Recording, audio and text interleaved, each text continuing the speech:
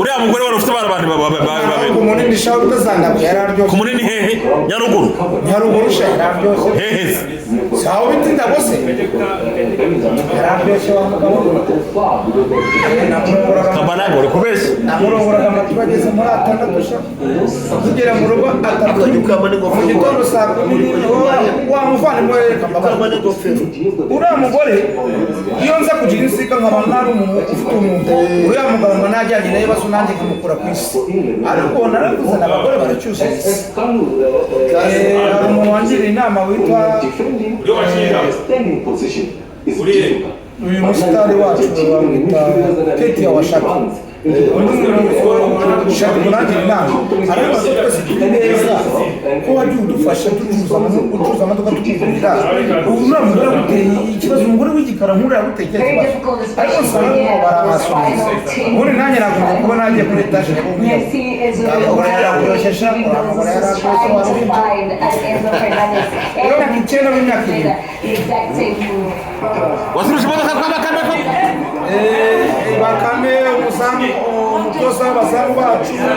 n'abandori n'abamotsi imodoka bakamira imodoka ariko baje kunyishyurayo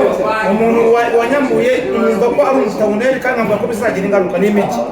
igihe yaranyambuye mufubye tapakure idemontwa musanze kuri ako karasa n'amavubi na bamwemeye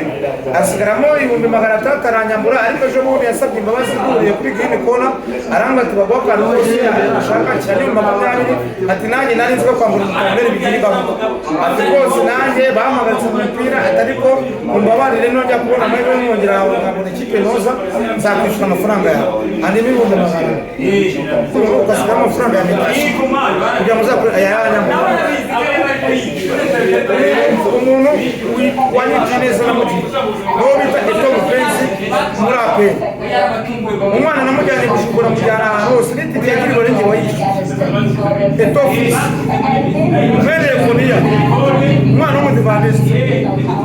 anyibuka ku neza n'umutima nawe tayifase tayifa nawe yibutse neza n'umutima ariko icyaha gifurumba cyamwishe ntacyo nabonye uzajya 180 ryo kureba miti ya diabete uko nibora ka diabete ariko icyaha gifurumba cyarambeshye sinzi impamvu tayifa yambeshye kandi twarasangiraga inkoko bagafurika mu bantu bari amafaranga leje sarimo na tayifa bakiva kuri radio nkabakiriza inkoko bajyana muri sala z'amasaje nkabajyana Nyamirambo Bahausi igeze kuremesha Bahausi wate kumanwa barya miliyoni 3 buri wese amamuranye gute saa 7 z'amanywa tayifa rege bose bari bahari isenderi nawe yari mujyana mu gombo gushesha ariko senderi nta note generama yabeshe ngo umukobwa wanjye gufunga umukobwa yajyangwe ko yamoje umuntu byonyine gusa bose ufite umukobwa ufunze umukobwa yasuraga mfunzwe umukobwa y'imyaka 23 twari ishimwe urugo kuri Facebook n'umukobwa wanjye ishimwe ridi umukobwa wawe aba kuri Facebook uraza kumubona kambanani uri n'umusitari ariko muri Kigali urabizi ntabwo ni umusitari ni umuntu utunze miliyari imwe ikubuka ikagira ikagera 3 papa Keri ufite uruganda ku Ruyenzi ninjye wamuzanye muri Kigali ninjye inshuti yiwe wamwerekeye dutwara minibus tugira gute ubatunze miliyari zirenga 50 ajya muri Rwanda Day akajyana n'umuyobozi w'igihugu ariko ninjye wamwigishije n'imodoka uwa kabiri wamwita Rudomoro Munyaneza w'Ikibungo arimo kubaka etaje kwa Ruru ninjye wamukopesheje imodoka kwa Dano wo mu Giconco Nyabugogo nikopesha amabati kwa Rubangura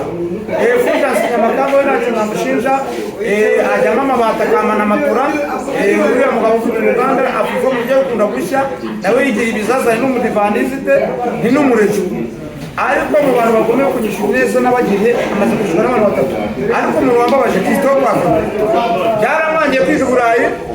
araza azariya avena njyewe mwari ufite umujyana Kadira na Beari mwari umbisegana nkajya mucyura buri munsi nkamujyana wabiremera aho Kristo yaramwe ngo umusinzi nibaza ubwo businzi bwiwe amwa wisiki akaryama iminsi 2